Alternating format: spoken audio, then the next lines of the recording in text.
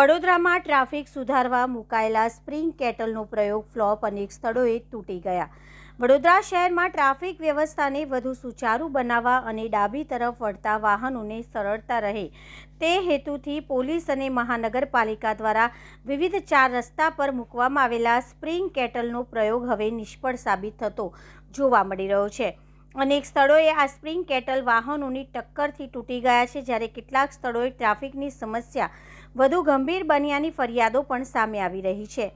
Smart city તરીકે વડોદરાને વધુ સુવ્યવસ્થિત બનાવવા માટે તંત્ર દ્વારા સમયાંતરે નવા ટ્રાફિક પ્રયોગો કરવામાં આવે છે, જેના ભાગરૂપે શહેરના મુખ્ય 4 રસ્તા પર સ્પ્રિંગ કેટલ ગોઠવવામાં આવ્યા હતા, જેથી રોંગ સાઈડ વાહન વ્યવહાર અટકે અને ડાબી તરફ વળતા વાહનોને અવરોધ વિના પસાર થવાની સુવિધા મળી રહે. શરૂઆતમાં આ પ્રયોગથી કેટલાક અંશે રાહત મળી હોવાનું જણાતું હતું, જોકે શહેરમાં સતત વધી રહેલા વાહનોના ભારણ અને 4 રસ્તાઓની મર્યાદિત જગ્યાના કારણે સ્થિતિ બદલાઈ ગઈ છે. સિગ્નલ દરમિયાન વાહનોની લાંબી કતારો લાગતા સ્પ્રિંગ કેટલની આસપાસ પણ ટ્રાફિક જામ સર્જાવા લાગ્યો હતો. ખાસ કરીને પિકઅપ અવર્સ દરમિયાન ડાબી બાજુ જવાના માર્ગ ઉપર વાહનો અટવાઈ જતા હતા.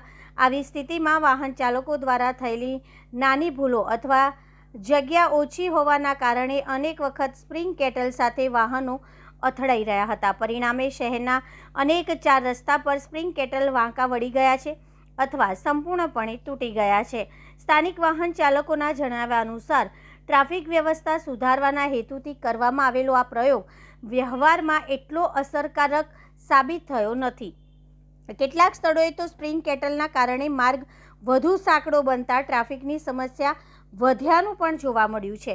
હાલ શહેરના વિવિધ 4 રસ્તા પર તૂટી ગયેલા અને નુકસાન પામેલા સ્પ્રિંગ કેટલ તંત્રના પ્રયોગની મર્યાદાઓ દર્શાવી રહ્યા છે.